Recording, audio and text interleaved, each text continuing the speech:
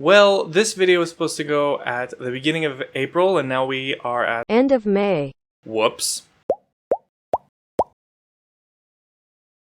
So 2023 has been a pretty average year for my language learning, not the best, not the worst, and I want to talk about each of the languages that I've worked on and how they have improved or have not improved.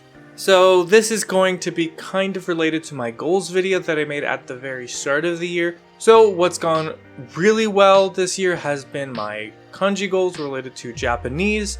Every month I've been able to successfully reach my short-term goal. The year-long goal is to reach entry number 1,500 of my kanji book. So on average, I think every month I have to do something like, 86 or like 90. I don't know, I have it written down somewhere. But I've been able to keep pace with that every single month, which feels really good. That's been my absolute best goal. I've talked about my kanji routine a lot. As I learn each entry, I input it into Anki, and Anki is something I do absolutely every day. I don't miss a single day unless, something's really wrong that day and I just, don't have an evening. So Japanese has been fantastic for me. I do notice some effect. When I see some Japanese text, I see more and more me understanding the more like middling kanji. I don't know how to say. Like, of course, the elementary stuff I've known since university, but the more like, middle school stuff from like a Japanese high school, I've been able to read more, which is really exciting. I can't say it's helped my listening or speaking or anything, but reading comprehension is much better, and that's really exciting for me. That is exactly my goal. It was related to reading and writing. And since I'm already seeing some little effects, that's really gives me motivation. Another one of my uber successful goals this month has been related to German. I set a really open, really easy goal for myself this year related to German, and that was to complete one game.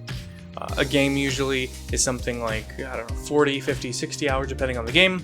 And I thought that was a reasonable time investment for a year, seeing as what I did in 2021 and 2022. That just made sense for me. But I blew that goal straight out of the water. Sort of parallel to all of my language learning stuff, I've been really into Pokemon this year. And, starting in like February or March, that's what I'm spending most of my, free time with. Not necessarily language related, but that's just where I am at in my life. That's what's interesting me at this moment. And I've used that interest to push my language learning further. So what I was able to do in March, I played the entirety of Pokemon Diamond in German. It wasn't incredibly hard because, it's very simple linguistically. There's not that complex stuff going on, and it's text-based. So, if I didn't understand a word, I could open my phone and look it up on the dictionary without missing the conversation. But I feel so much more confident now that I finished the game. In terms of my German, I've learned a lot of really valuable German vocab. I've seen a lot more German sentence structures, and I was having fun at the same time. I want to say it took me 40 or 45 hours to complete the game.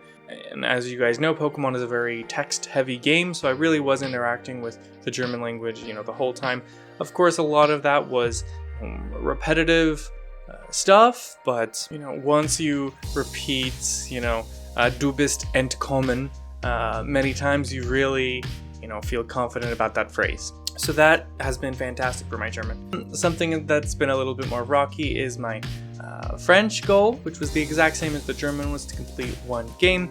I played it on this channel right at the beginning of the year, and I was really motivated. I played a lot of that game in January and February. March, I didn't play it quite as much, but this is a year-long goal, so I can stumble a couple months, which is fine.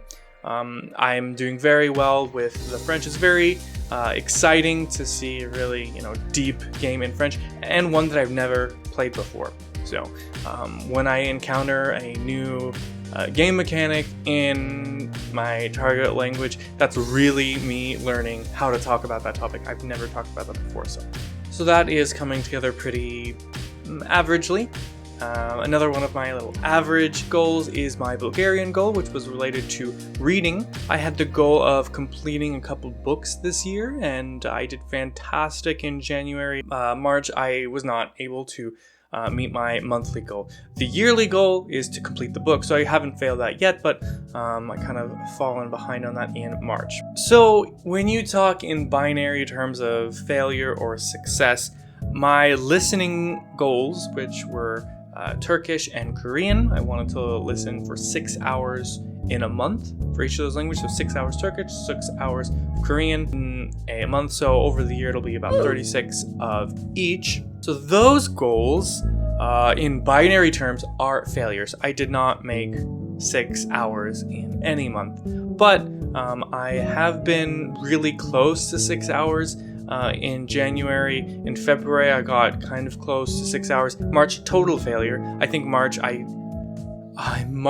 don't even think I hit an hour of either. So for me, it was a failure. As I've talked about before, when you're making goals, it's really good to make cumulative goals, where even if you fail, there's still some good benefit. 5 hours of Turkish in January is a failure when we're talking in binary terms, but 5 hours of Turkish is still 5 hours of Turkish. That's really good. I'm not thrilled about what I'm doing with those goals. I'm wondering if I need to reconsider the exact hours, in terms of my time investment. It was maybe 6 of each, so essentially 12 hours of foreign language content per month. It is kind of tough in my schedule, but it just really has to do with motivation. It's about pushing my goals to the next level, so I think I'll not touch it for now, but kind of just want to be open about that and share that about my goals this year.